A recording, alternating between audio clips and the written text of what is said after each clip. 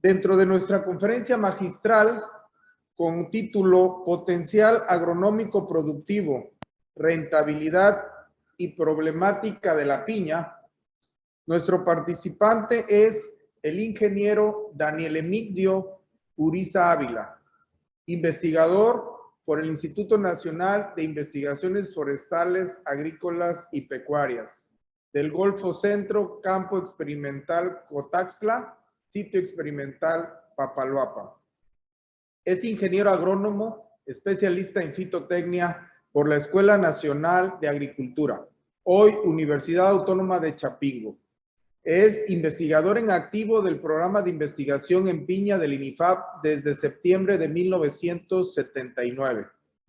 También es investigador en activo del programa de investigación en hortalizas del INIFAP desde septiembre de 1979. Fue jefe de campo experimental Papaloapan de abril del 84 al 2010. Es experto nacional del programa de investigación del Sistema Producto Piña desde 1998.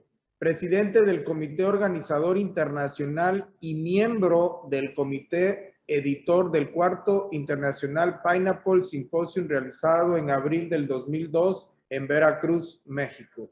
Ha recibido capacitación específica en el cultivo de la piña en Costa Rica, Hawái, Estados Unidos, Colombia, Puerto Rico, Tailandia y Brasil. Ha asistido a los simposios internacionales de piña en Hawái, Martinica, Tailandia, en México, donde fue presidente del Comité Internacional, y en Brasil. Participó con trabajos en los simposios de piña de Australia, Malasia, Sudáfrica y Cuba. Tiene un gran número de artículos y trabajos académicos publicados en revistas científicas internacionales. Junto con otros autores ha publicado los siguientes libros, como Tecnologías para la producción de piña en México, INIFAP CIRCOP, Campo Experimental Papaloapan, La piña y su cultivo en México, Cayena Lisa y MD2, La piña Ananas comosus en México, Cadenas de valor frente al reto de la innovación. Ha impartido más de 150 cursos relacionados con la producción de piña. Es miembro de la Sociedad Mexicana de Ciencias Hortícolas y miembro de la Sociedad Internacional de Ciencias Hortícolas. Bienvenido, ingeniero Uriza.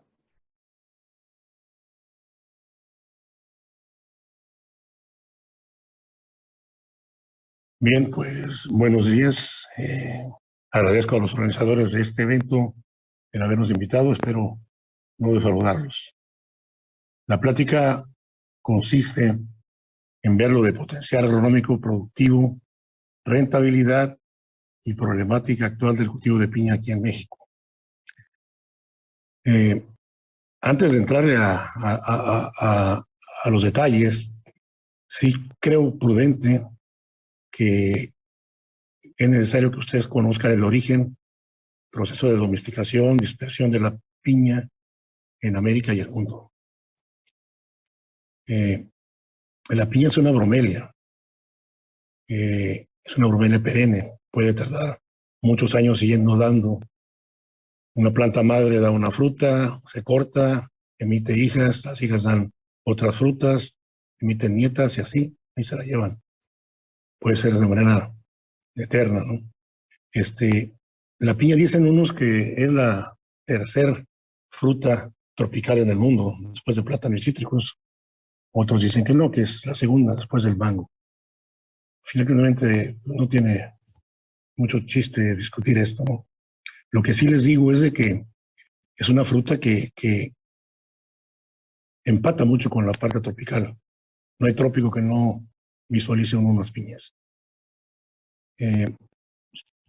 Las bromelias a las que pertenece la piña son xerófitas, quiere decir que son muy ahorradoras de agua. A tal grado, si ustedes ven aquí en la parte baja, maíz ocupa 300 litros de agua para producir 1 kilogramo de materia seca, mientras que una piña con 60 litros de agua le es suficiente para producir el mismo volumen de materia. Es una planta epífita, no es parásita, es epífita, la piña antes era epífita, bajó a tierra junto con otras especies más, y pues ya se quedó a vivir en la tierra.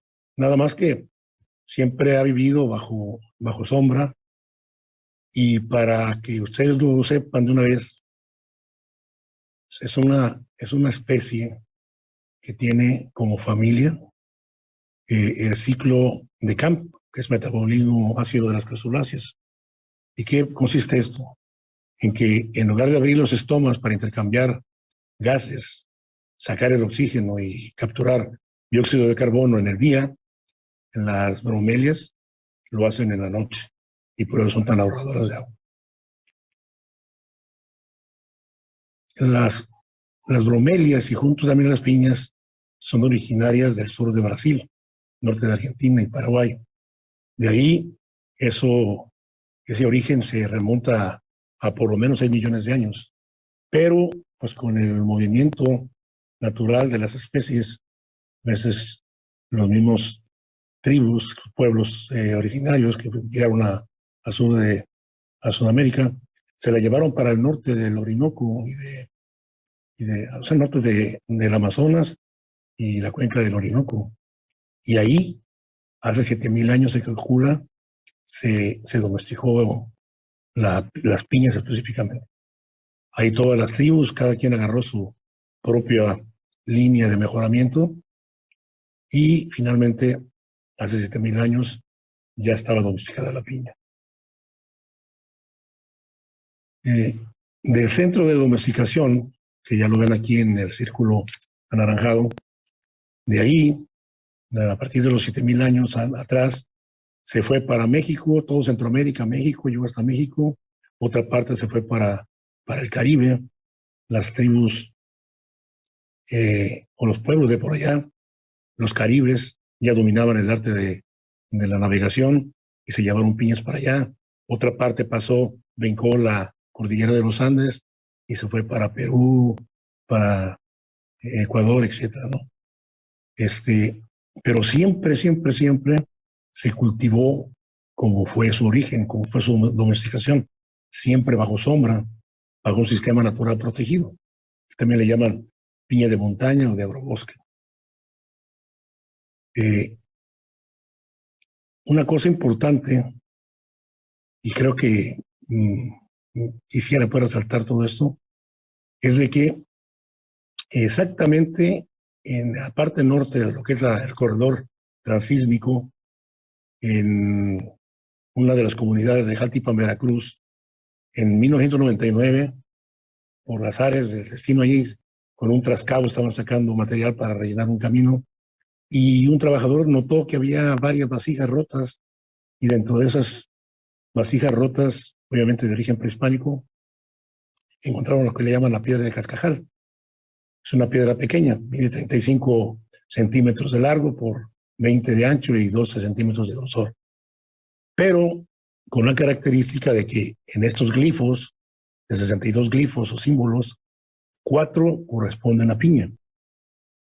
Los científicos la dataron, esta piedra, en por lo menos 3.200 años. Y se presume, además de que son las primeras imágenes de una piña en el mundo, se presume también que como piedra, como tal, es la evidencia de escritura más antigua, pues, de América. Entonces tenemos ese orgullo, pues, de que en nuestra región del corredor del Istmo, ahí había piñas ya hace por lo menos unos 3.000 o 4.000 años. Cuando vino la conquista, los españoles introdujeron más piñas que ya habían encontrado en el Caribe y en otras partes, también manejadas siempre bajo resguardo del agrobosque. Hay una tercera introducción de piña aquí a México, es el de la cayena lisa. Cayena lisa fue la variedad más cultivada en todo el siglo pasado. Era terriblemente cultivada, en todos lados era cayena. Su origen es la Guyana francesa. Hay un biólogo, Perrotet, que en 1819 la encontró en la Guyana francesa, por eso lleva el nombre de cayena. La llevó a Francia, de ahí la reina de Francia le regaló unos hijuelos a la de Inglaterra.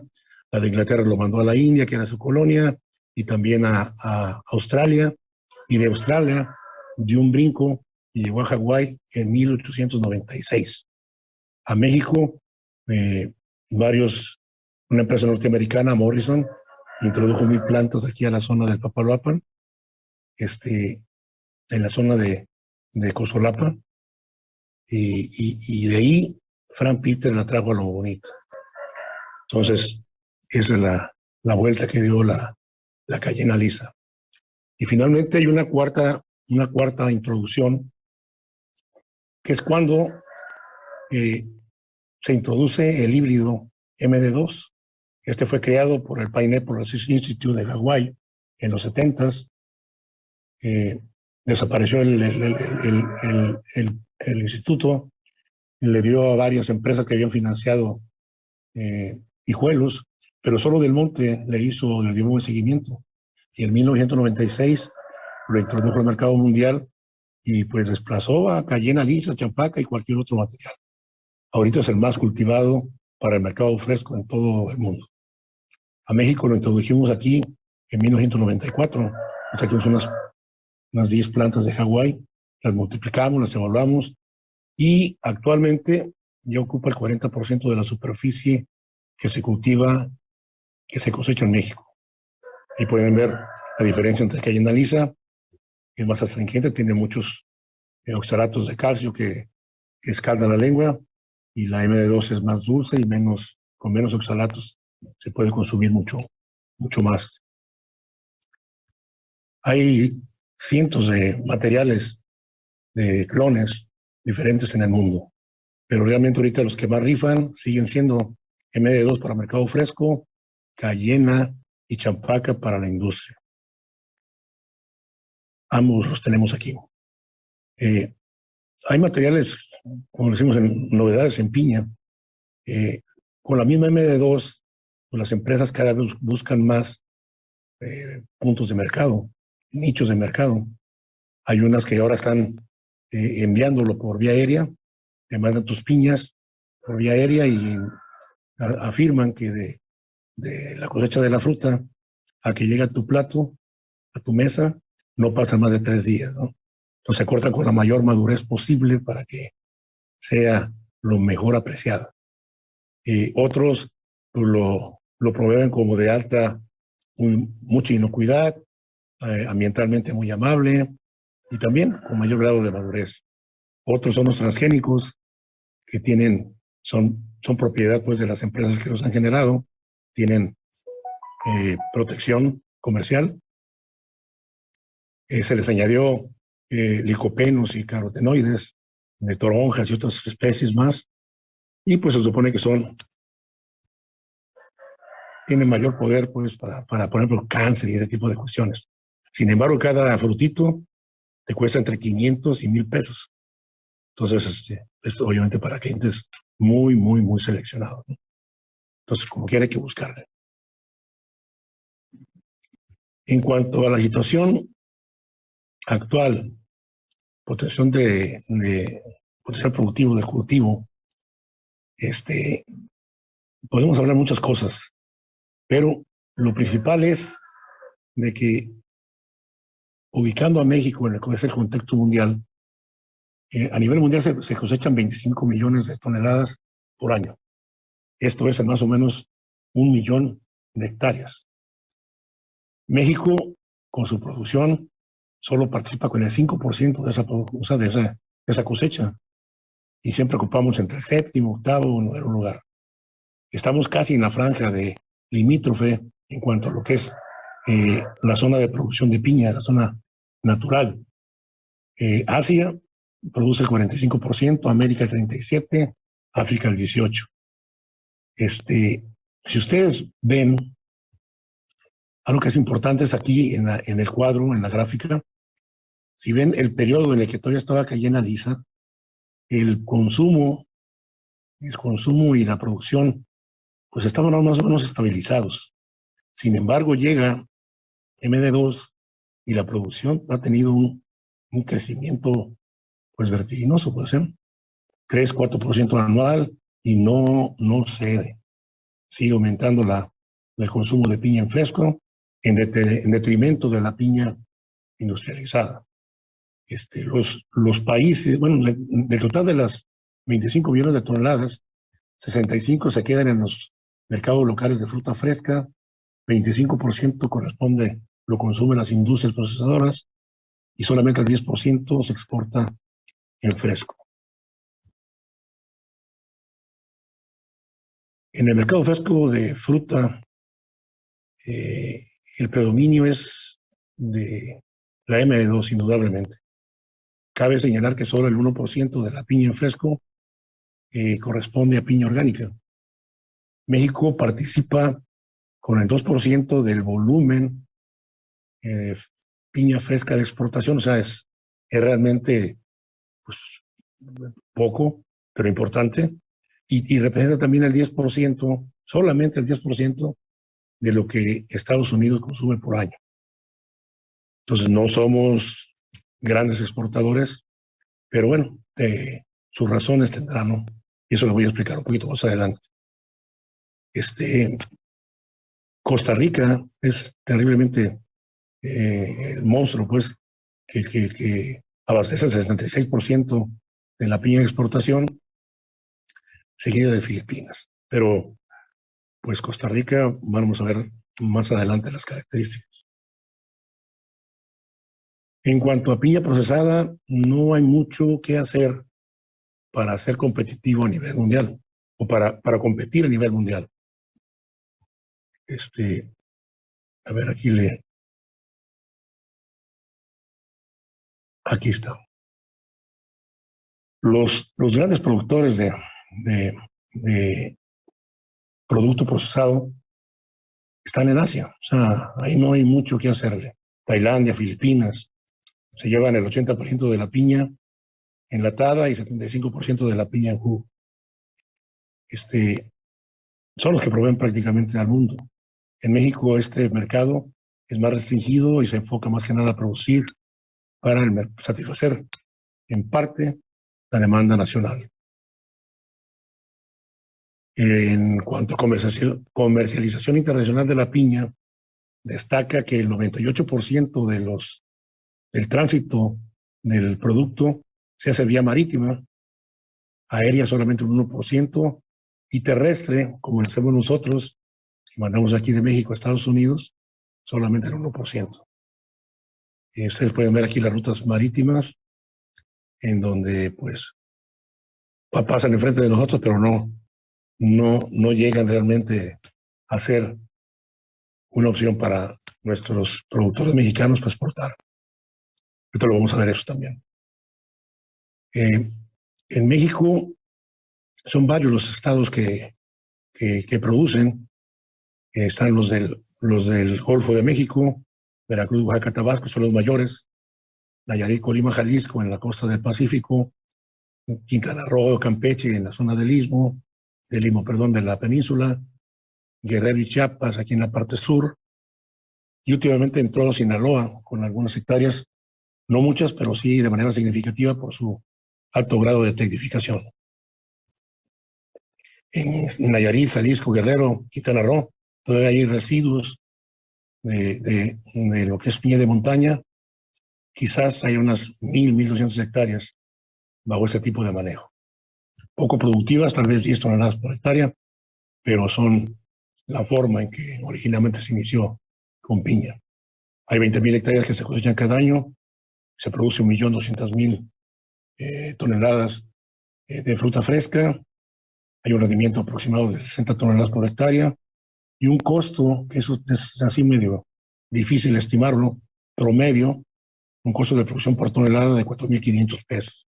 Quiere decir que si no, en algunos casos, si vendes abajo de este precio o de este costo, pues pierdes, que no es muy frecuente.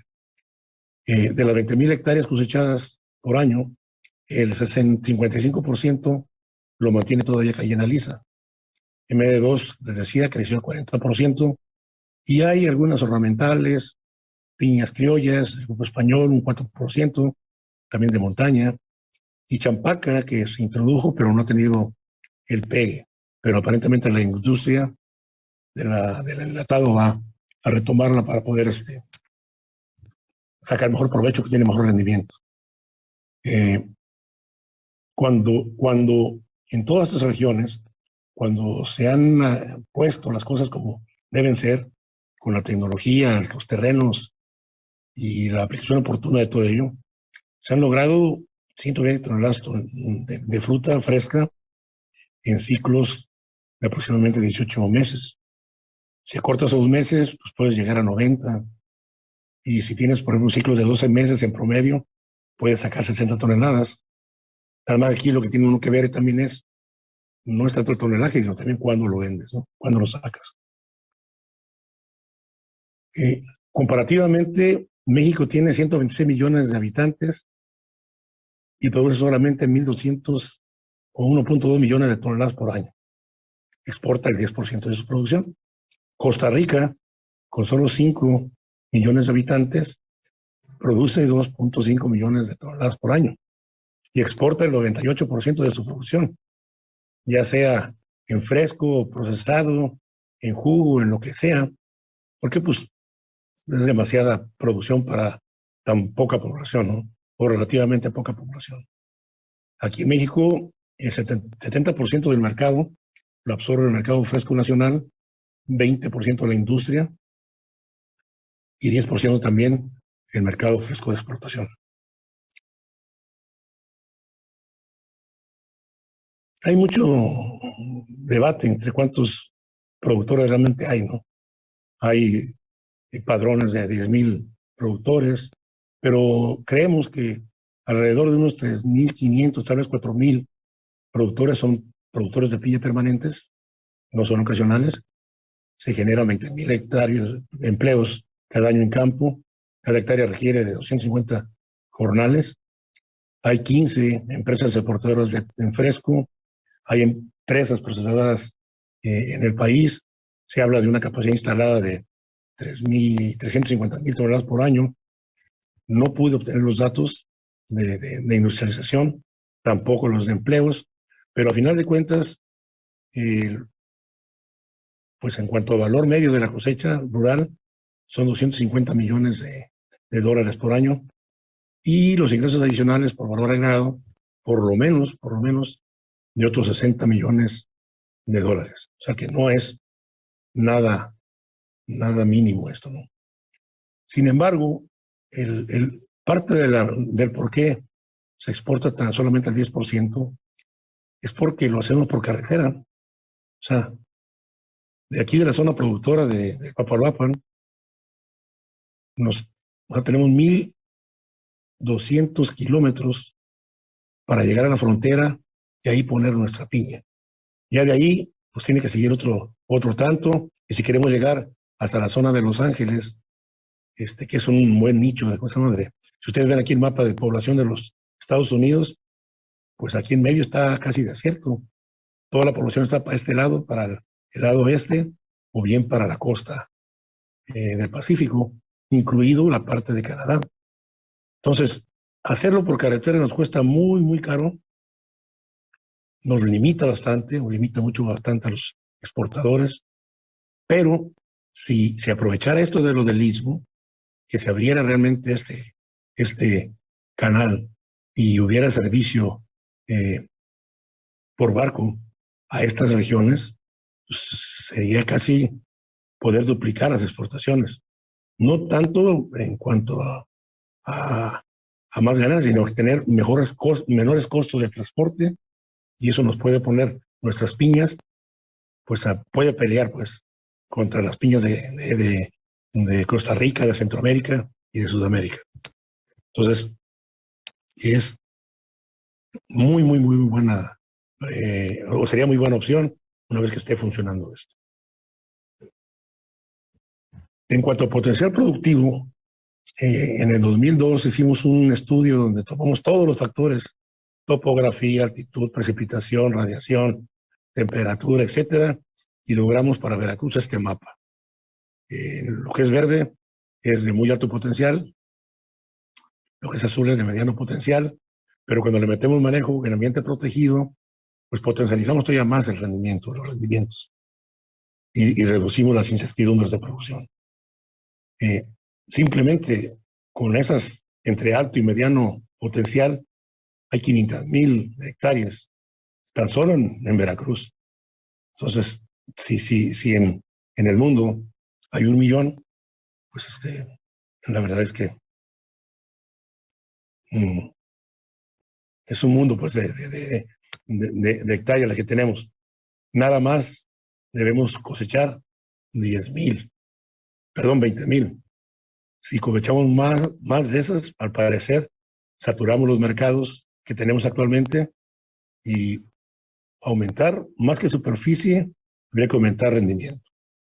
Y hay que incrementar la productividad, principalmente en las áreas que ya están abiertas al cultivo. Aquí la idea sería reducir costos de producción por tonelada, no tanto el costo por hectárea. Bien, en cuanto a rentabilidad del cultivo de piña, voy a ser muy específico y me basaré en solamente una diapositiva. En el 2013, hicimos varios ejercicios para determinar cuál de las tecnologías o de los niveles tecnológicos disponibles para aquella época, cuando inició lo de la tecnología de medio ambiente o de ambiente protegido, evaluamos, hicimos los conteos muy detallados de los gastos que tenía cada productor. Incluso había productores que tenían los tres sistemas juntos, y eso nos permitía pues cuantificar exactamente cuál era el costo de producción de acuerdo a la alternativa. La primera alternativa era la tradicional, que es a suelo desnudo y cielo abierto. La segunda es con acolchado plástico solamente, sin malla sombra. Y la tercera es la de ambiente protegido completo, que implica protección del suelo con acolchado plástico y protección de las plantas y el fruto con malla sombra. Ustedes van a ver aquí varios datos. La idea es, vienen cargadas las diapositivas de mucha información para que los que les interesen pues los vean más a detalle, ¿no? Ustedes van a ver aquí que a final de cuentas los rendimientos fueron aumentando conforme se fueron agregando tecnologías que permiten una mayor protección del suelo y de la humedad. También la calidad de los frutos fueron aumentando conforme agregaban más.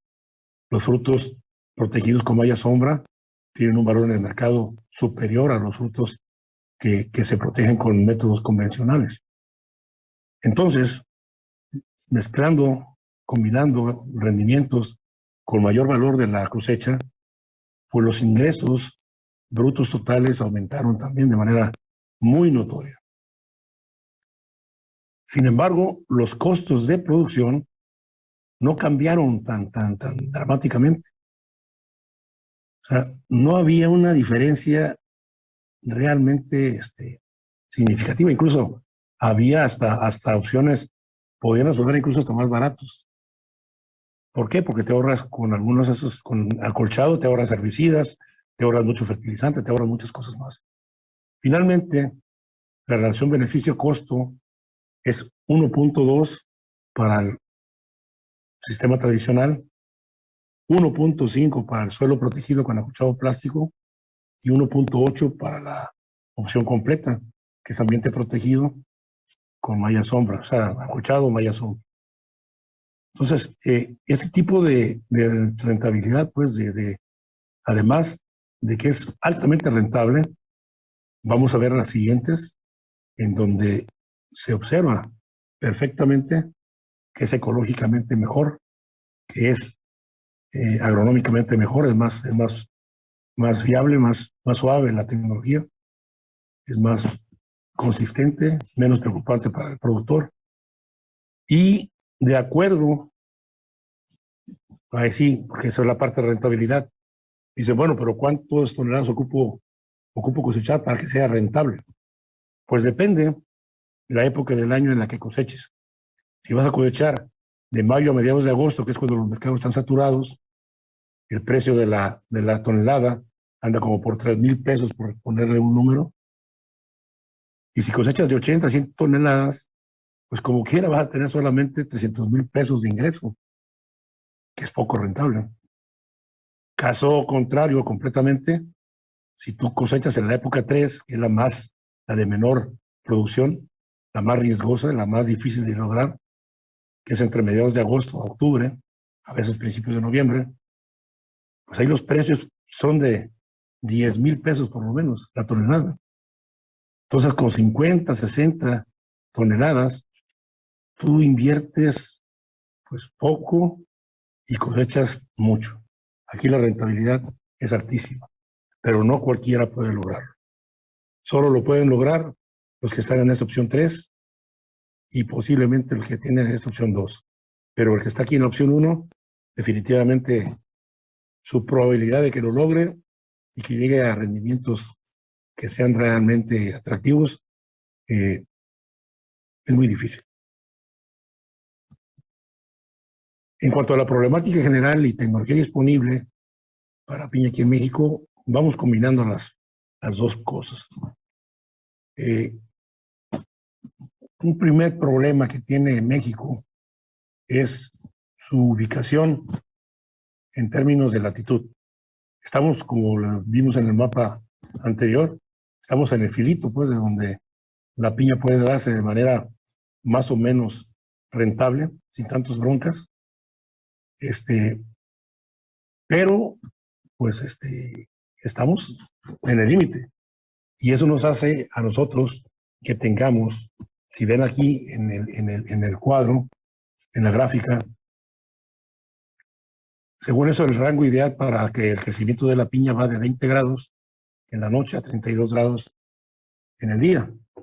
Sin embargo, aquí en México, en la región de Isla Rodríguez, tenemos temperaturas de hasta 44 grados en los meses de abril, mayo. Tenemos en invierno temperaturas mínimas de hasta 7 grados. Aunque la promedio dice 24 o 25, pues sí, pero es la promedio. Estos diferenciales térmicos hacen que, por ejemplo, cuando hay una surada y estemos a 40 grados en la noche o el otro día, descienden 25 grados y se quedan 15 grados. Entonces, estos diferenciales térmicos tan brutales provocan una alta susceptibilidad, ya sea positiva o negativa, para las floraciones de las plantas. También, por la latitud en la que estamos, hay una diferencia en la duración del día durante el año de hasta 2 horas 10 minutos.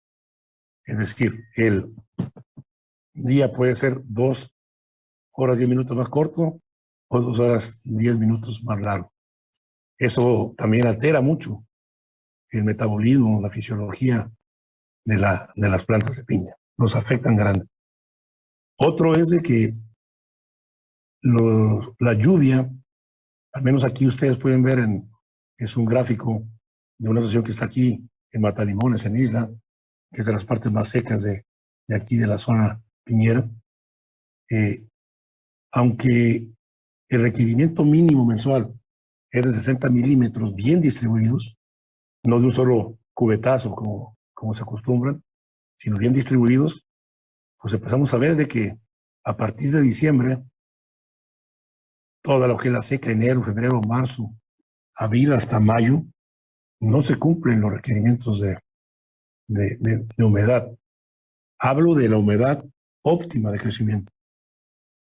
Obviamente con esta agua a la piña le basta para sobrevivir, pero pues también se reduce su potencial productivo, porque pues sin agua no hay muchas maneras pues de que se aprovechen los nutrientes aplicados, los plaguicidas aplicados, las hormonas aplicadas.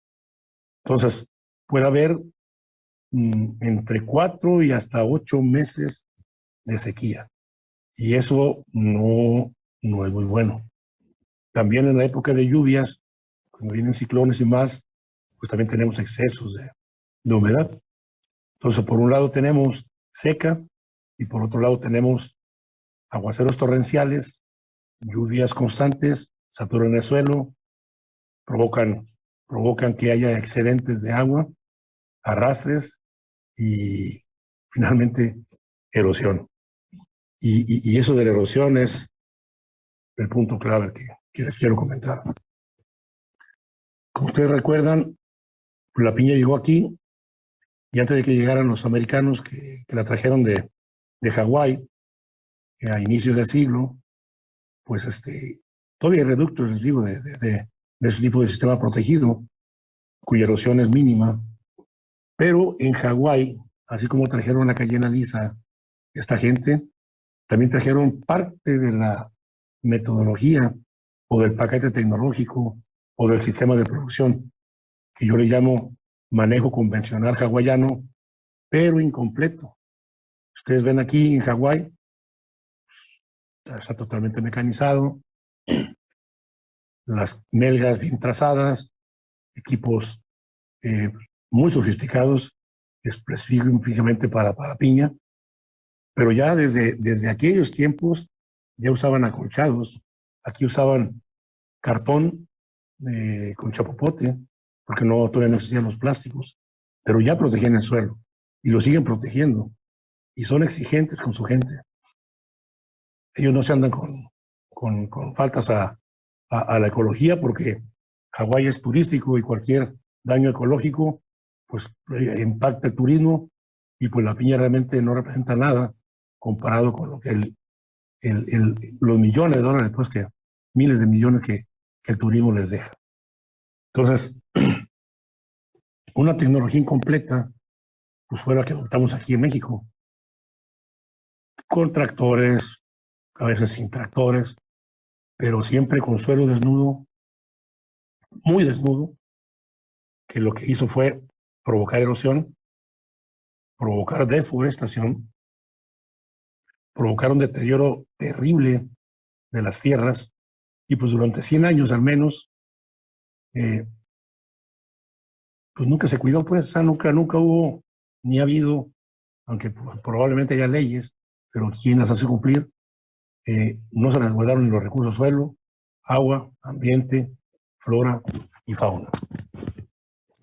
Una deforestación grandísima y eso es lo que nos ha costado.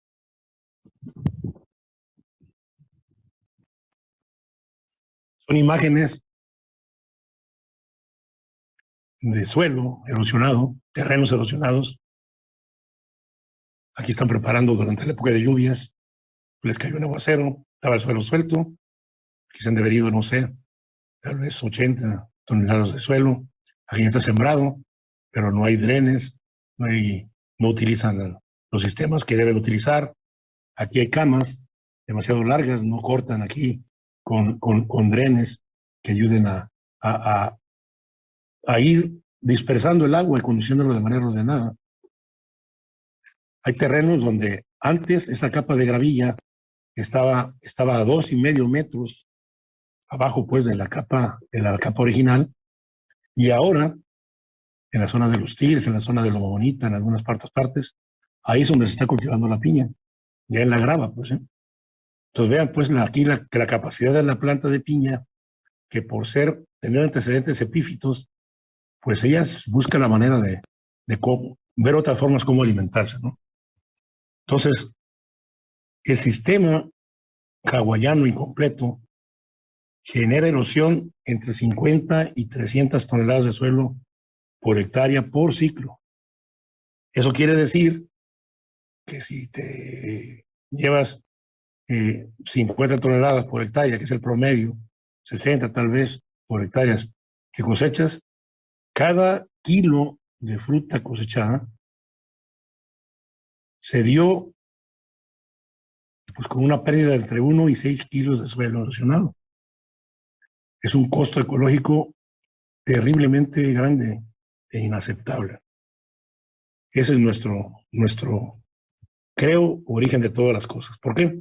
Porque daña el suelo, daña la fertilidad, daña todo.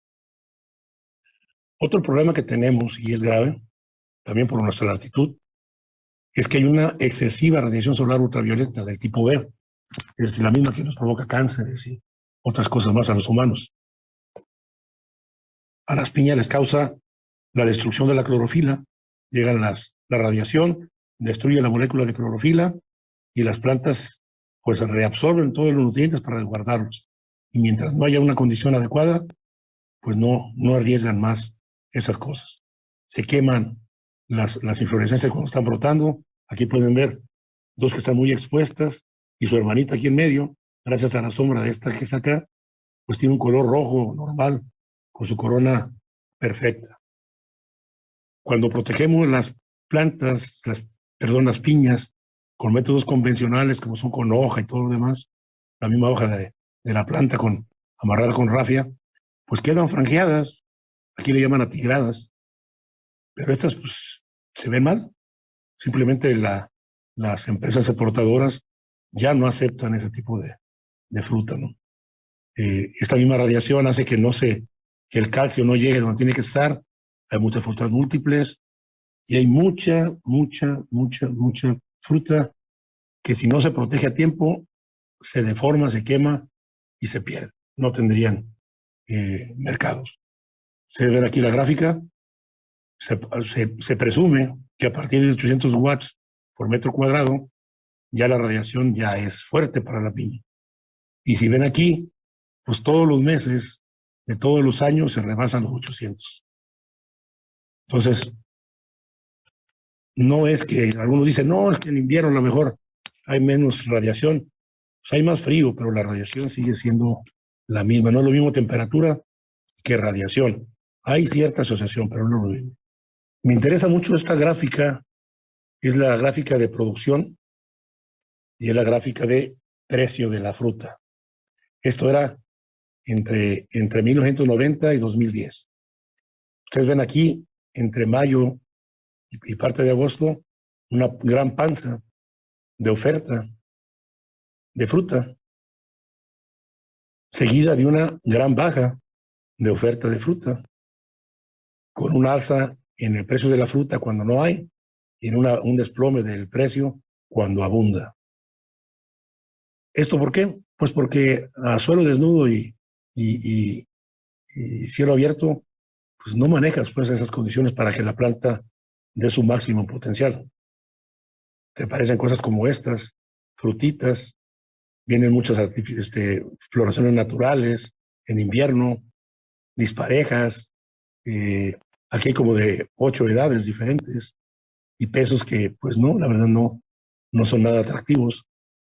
Entonces, con el uso de la tecnología de ambiente protegido, esta barriga grande, como una buena dieta, ya la bajamos y esta caída grande en la oferta también ya se redujo, está más estabilizado esto, no lo hemos logrado del todo, acuérdense que estamos a 18 grados de latitud norte, pero los precios también han respondido sin tanta caída y han aumentado pues en buena proporción.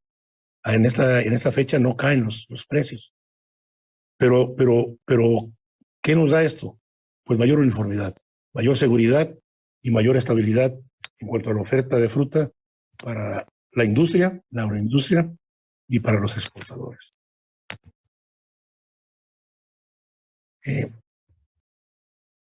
Se ha hecho mucho para mejorar el suelo, los suelos piñeros. Mucha investigación. Incorporación de restos del cultivo anterior para aumentar materia orgánica y nutrientes, encalado dolomítico para reducir la acidez, aportar calcio y magnesio y controlar incluso nemátodos y otras cuestiones que no les gustan. Los pHs altos, más altos, se ha puesto Crotalaria juncea como lo que vienen siendo pues de abonos que permiten mejorar mucho la condición de materia orgánica del suelo y también controlar muchas plagas. La crotalaria segrega crotalina, que es repudiada pues por los nemátodos, los infílidos, comején, y pues dejan de comer porque se alocan, ¿no? Hemos hecho todo lo posible por micorrizas buenas, de buena calidad, buena eficiencia, otros biofertilizantes, otros microorganismos que pueden ser ahí. Pero todo esto, que es una chulada, si lo manejamos sin protección del suelo, en un solo ciclo se pierde. Aquí estamos invirtiendo quizás unos 15,000 pesos o más por hectárea, para que se lo lleve todo esto y se vaya a parar allá al varado, a dañar suelo que está dañando y taponando las corrientes pues, superficiales que tenemos en la región. Con ambiente protegido, todo esto, además de que se mantiene, se va acumulando los beneficios y poco a poco vamos mejorando tanto la calidad química como la calidad biológica. Ya la calidad física, pues ya las arcillas y los demás componentes del suelo, pues no, ya no es fácil recuperarlos, pero podemos ir mejorándolos. En suelo desnudo, la maleza o las malezas, pues, son un problema grave, grave, grave, grave. Aquí hay 3 diapositivas abajo, 3 imágenes. Sembramos la piña en abril, en total suelo desnudo, o sea, suelo limpio, pero desnudo. Otra parte pusimos acolchado doble, o sea, 2 camas con acolchado, una parte que va libre y otra vez 2 camas con acolchado. Y otra parte con acolchado plástico total, todas acolchado. En julio, que hicimos estas tomas, vean cómo se encuentra la parcela con acolchado total. Limpiecita, ¿eh? Limpiecita. Y no le hemos metido mano para nada. Él no se le metió mano para nada. En el acolchado parcial de doble cama, pues quieran o no quieran, aquí donde no había plástico, entre 2 camas, o sea, en el fondo, donde estaban cada 2 camas, fue suficiente para que la maleza se naciera, se estableciera y creciera. Y además tenía la protección y la humedad que el acolchado plástico les dio. Entonces creció abundantísimo, ¿no? Y aquí solo desnudo, pues ni vemos la piña. Ya después hicimos la aplicación de herbicidas y todo lo demás, limpiamos, hicimos las evaluaciones. Este tenía mínimo un 60% más de peso que estos 2. Cuando es suelo desnudo, es obligatorio. Con la gente no vas a hacer un buen control. Es carísimo. Hay especies que son muy resistentes. Entonces tienes que aplicar un cóctel de herbicidas que si los aplicas bien, pues bueno, qué suerte. Y qué bien, pues. Pero si te atrasas y los aplicas cuando la planta ya está activada y les cae, hay una serie de intoxicaciones que a veces no vemos. Esta es muy evidente, pues. Pero para que esta planta se recupere, van a pasar por lo menos 3 meses. Y 3 meses más de cultivo cuesta. Entonces, no hay como esta opción. Acolchado total. Deficiente manejo de plagas y enfermedades. Ya no tanto porque no sabemos a veces identificar las plagas y enfermedades. Hay técnicos que son muy duchos, productores que son muy duchos y ya saben qué aplicar. El problema radica en que si tú, por ejemplo, aplicas un nematicida o un acaricida o un sinfilicida para cuestiones de suelo y para pudrición de raíces y todo lo demás, simplemente a suelo desnudo llega el agua, un aguacero y adiós producto. Llega, si tú aplicas algunos productos de origen biológico u orgánico y les pega directamente la luz cuando están las plantas chicas, pues adiós, se los lleva. O sea, los destruye, pues. O sea, la radiación ultravioleta tipo B es el demonio, pues. Entonces, no es que no sepas. Aquí, por ejemplo, con este promotor ya lo habíamos asesorado y el técnico ya lo asesoró bien, pero pues a donde lo tenía era suelo desnudo y pues haz de cuenta que pues no habías aplicado prácticamente nada. Son productos caros, costosos, hasta peligrosos para aplicar, pero el agua no respeta y se lo llevó con todo y materia orgánica, suelo y todo lo demás.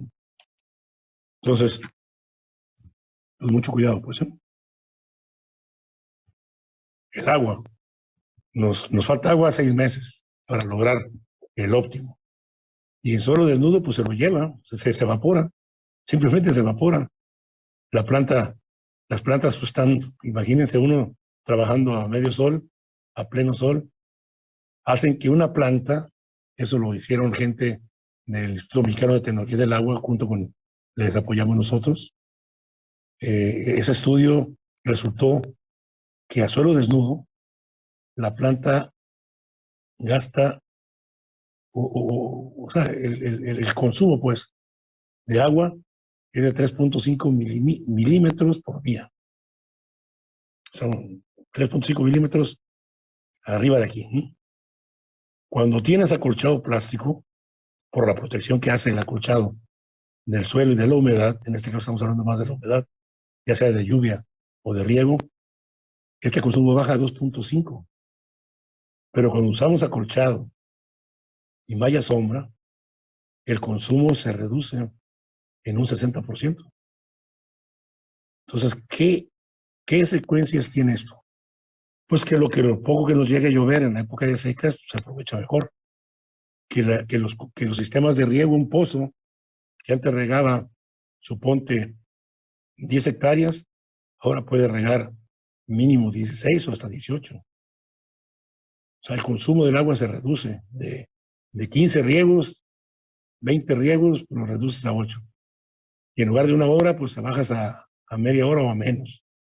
Entonces, es un ahorro tremendamente grande pues de agua.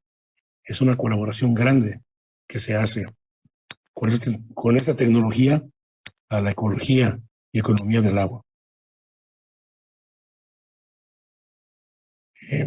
Igual fertilizas, puedes fertilizar arriba, por arriba foliares, como quiera van a llegar hasta el suelo, con la lluvia y con los riegos, y llega el agua y se va.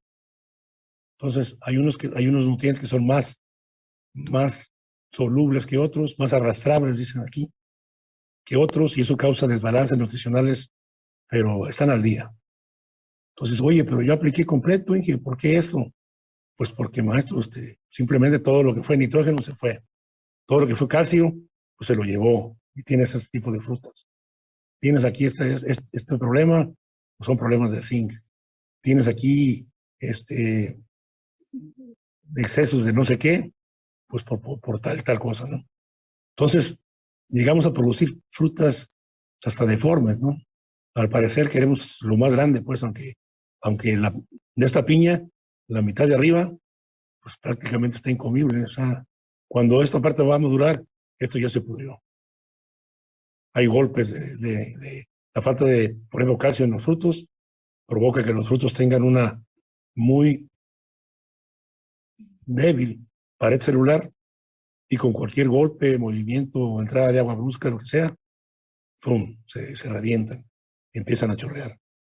Lo otro es de que, pues tanto es la necesidad a veces que se fertiliza y se provoca una serie de quemaduras que pues también dañan al cultivo. Entonces, todos se lo quieren aplicar por arriba porque saben que por abajo el suelo pues se lo va a llevar el agua, la erosión. Tú ves aquí aplicación de nematicidas y fertilizantes manual versus aplicaciones con los equipos. Aquí ya la gente va, pero vaya más protegida, ya no va tan expuesta. Aquí está aplicando para el barrenador, inflorescencia por inflorescencia, pues es tardado y costoso. Aquí va aplicando con un brazo en la presentación del mismo producto, pero en líquido. Aquí está induciendo floración con carburo de calcio. Aquí está con el equipo aplicando gas, etileno gas con carbono activado. Puedes inducir aquí, ocupas un montón de gente para la hectárea. Aquí puedes inducir una hectárea en alrededor de una hora. Tenemos equipos que van de acuerdo al diseño de una plantación con ambiente protegido, equipos muy buenos que ya se adaptaron aquí en la región. Se trajeron varios equipos de otros lados, pero casi todos tronaron. Y los equipos aquí ya acriollados, pues funcionaron mucho mejor que los importados. De esto no voy a meter mucho porque va a haber una plática al respecto. Pero una bronca que sí es importante es que, si ustedes ven aquí, esta, pues parece que tiene problemas de taponadura. Estas van más o menos normales y están muy abiertas. ¿Qué provoca? Pues en unas partes subdosis, en otras partes más o menos la aplicación de la dosis y en otras de plano, pues sobredosis que te van a causar quemaduras y gastos innecesarios de producto.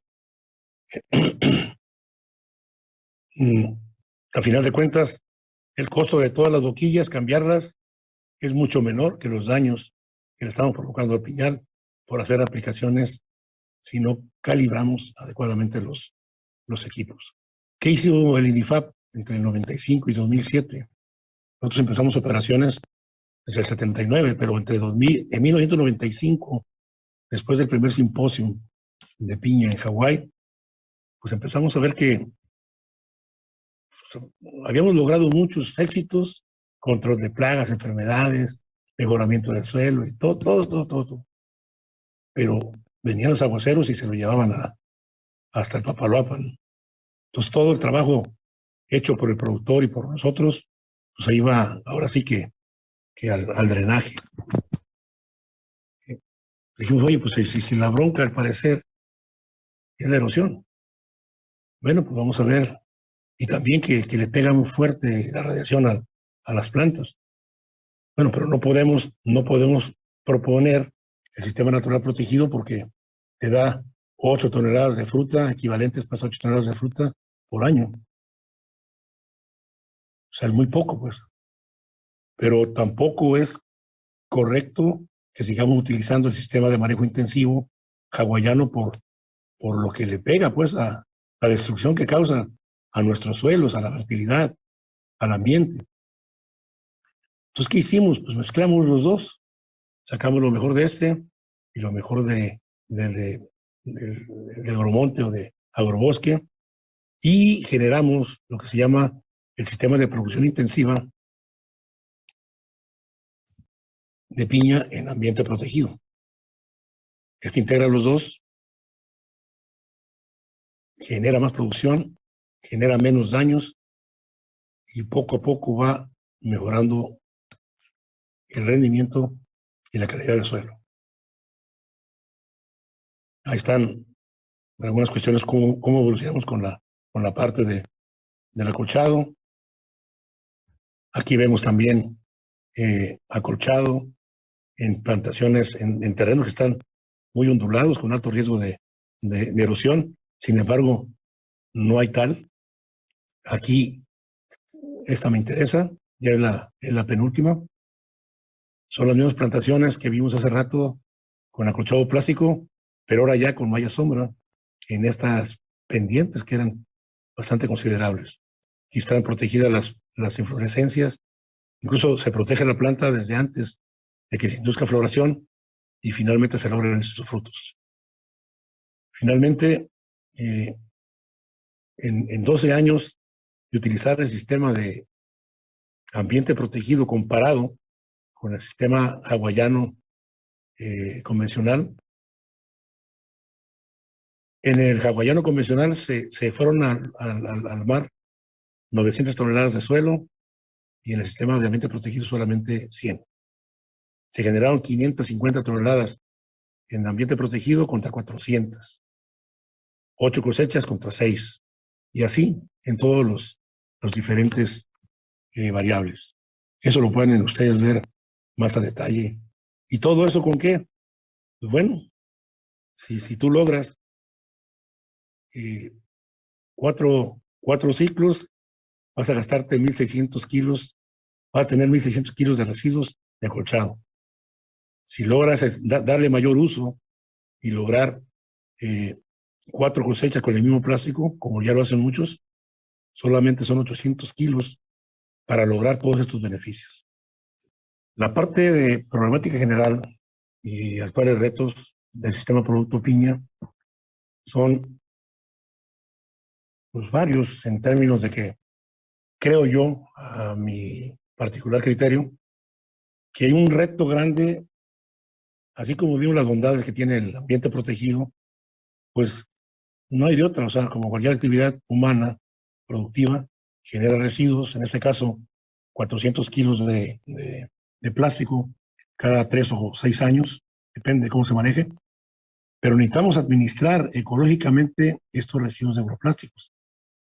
Nosotros estamos promoviendo el reuso máximo del acolchado plástico, pues para que no se tire luego de inmediatamente, ¿no? Que sea casi como un plástico de un solo uso.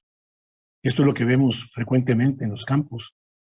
Esto es lo que en un estudio que pudimos hacer con apoyo de en el 17, se veía que el 50%, bueno, se estima que hay ahorita 6,000 toneladas de plástico tiradas, dispersas en muchos terrenos, en caminos, en basureros, otros han sido quemados, etcétera. Y que estamos generando alrededor de 1,500 toneladas cada año, porque se dejan de usar.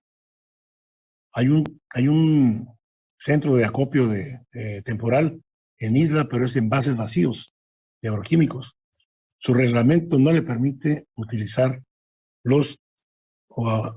recibir los residuos de acolchado plástico.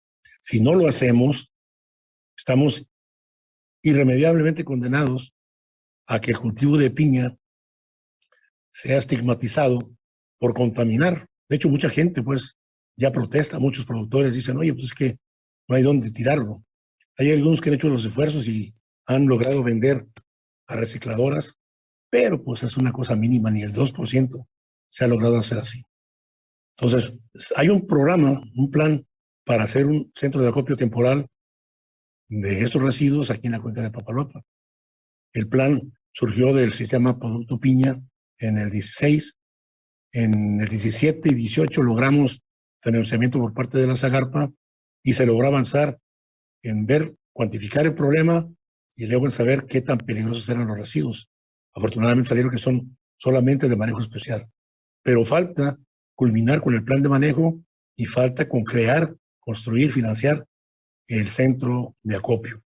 Si no lo hacemos y nos llegan a prohibir el uso de los acolchados, habría que preguntarles a las empresas que ahora lo utilizan, a los productores, cómo les va a ir, pues cómo van a tener que cambiar otra vez su sistema a suelo abierto, a suelo desnudo, y eso va a traer muchos problemas económicos y de estabilidad social.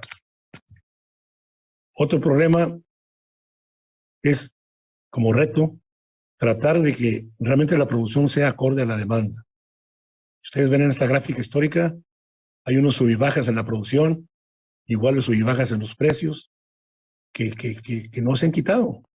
Entonces, cuando los precios suben, los exportadores pues también sufren y la industria se para porque no puede comprar a altos precios.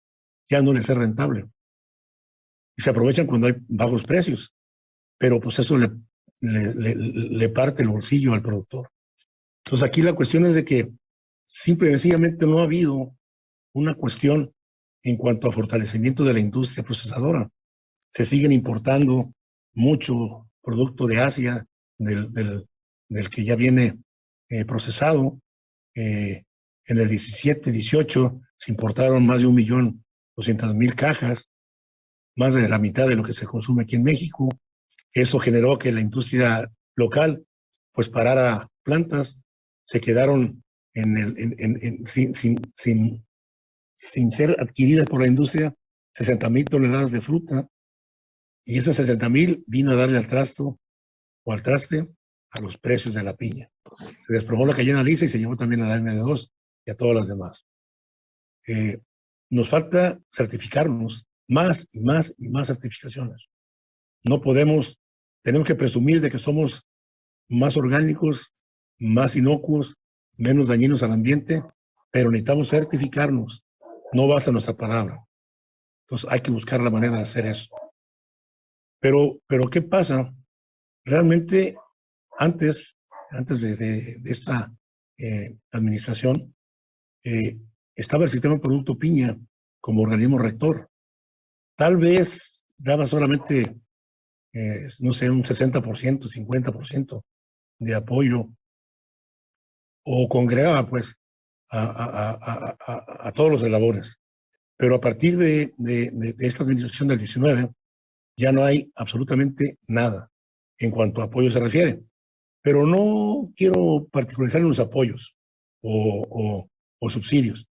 Más que nada un sistema producto que sea un organismo rector. Ahorita todos los industria, productores, exportadores, todos andan disgregados. Todo el mundo jala para donde quiera y no hay orden. Es a diferencia, por ejemplo, en Costa Rica, la Cámara Nacional de Productores y Exportadores son un ejemplo, creo yo, a seguir. Pero aquí lo que me importa destacar es que si no respetamos al sistema de producto binacional, esto va a ir en picado. Y ya, como colofón, ambiente protegido es una chulada.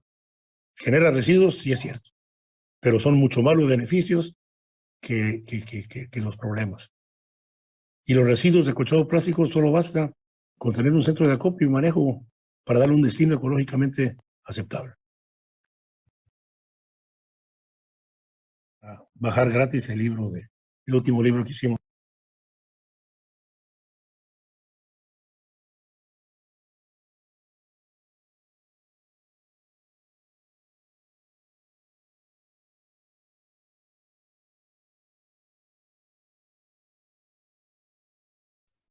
Bien, muchas gracias, ingeniero Uriza, una excelente presentación de parte de quienes nos siguen a través de los distintos medios. Le envían muchas felicitaciones. Muchísimas gracias. Les recuerdo a los participantes que las preguntas pueden hacerlas en el chat de este evento. También les informo que este seminario estará disponible en YouTube, en el micrositio. Muchísimas gracias por su presentación. Y bueno, me están haciendo llegar dos preguntas al ingeniero Uriza, las cuales voy a leer. La primera de ellas, ¿cuáles serían, ingeniero, sus perspectivas para potencializar el volumen de exportación de México? ¿Concentrarse en la producción en fresco, buscar nuevos mercados o enfocarse en el mercado de Estados Unidos? ¿Y qué papel tendrá la región del Istmo con el flujo comercial de la piña para el mercado internacional con la plataforma logística del Istmo de Tehuantepec? Adelante, ingeniero. Mire, yo creo que exactamente lo último que usted menciona, que es el corredor interoceánico, sería la segunda ruta para comercializar nuestra piña, ya sea fresca o ya sea procesada. El asunto es de que mientras estemos limitados para exportar la piña vía terrestre, como supongo que van a hablar algunas gentes al respecto, es carísimo y nos limita. Si nosotros como país logramos que se establezcan rutas fijas, confiables, que no se rompa la cadena de frío y que lleven esta piña a la costa oeste de Estados Unidos y de Canadá, así como también hacia la costa este, también de Coatzacoalcos para allá, incluso rutas a Europa, que son las que nos están limitando. Entonces, creo que se puede ir tanteando. O sea, se van enviando embarques, se van vendiendo, van aumentando la demanda de la piña y con eso nuestros productores, nuestros exportadores, irán sabiendo qué tanto de piña se va a requerir más. Lo que sí sería una imprudencia es crecer sin tener el mercado asegurado. Hasta que no tengamos todo amarrado, creo que el crecimiento debe ser ordenado, porque un crecimiento desordenado provocaría un caos. Y lo otro es que ojalá se utilicen tierras ya abiertas al cultivo y que más que aumentar superficie, se aumente la productividad de cada una de ellas. Que se respete el medio ambiente, que se certifiquen las piñas y que pues todo el mundo jalando, ¿no? Excelente, ingeniero Uriza, muchas gracias. ¿Hay otra pregunta más? Aquí la vamos a leer. Dice, dentro de las potencialidades para la reconversión productiva al sistema de producción de piña convencional, ¿qué tan práctico es considerar algunas prácticas de manejo del sistema de agrobosque de la vertiente Pacífico? ¿Y qué estrategias recomendaría para proteger el suelo en las plantaciones de piña? Bueno, si a lo mejor no lo remarqué bien, pero cuando hicimos la combinación del sistema de agrobosque o piña de montaña, como fue como se domesticó la piña, y que todavía se utiliza en la zona de las sierras aquí en la parte del Pacífico, y lo combinamos con lo que es el sistema hawaiano incompleto. De hecho, estamos tomando del sistema de montaña la sombra. En el sistema de montaña la sombra lo dan los árboles, son árboles que están con una densidad controlada, no es cualquier distribución azarosa, sino está controlada. Y esa sombra la sustituimos, esa sombra natural la sustituimos por la malla sombra, malla sombra plástica, 50% sombra.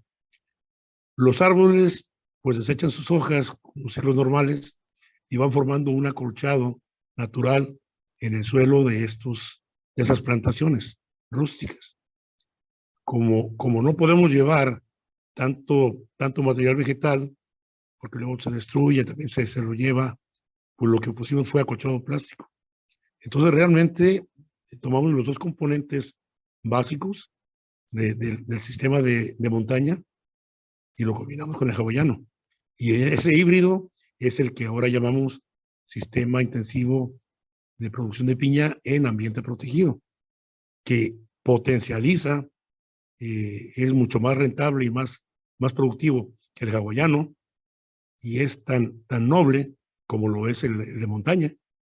Ambos, insisto, en el hawaiano, por cada kilo de piña cosechado, te llevas 3 kilos de suelo erosionado. Y con el de ambiente protegido y el de el otro, pues te llevas nada más 250 gramos, que ecológicamente es permitido. Muchísimas gracias, ingeniero Uriza, por esta gran presentación. Muchas felicidades.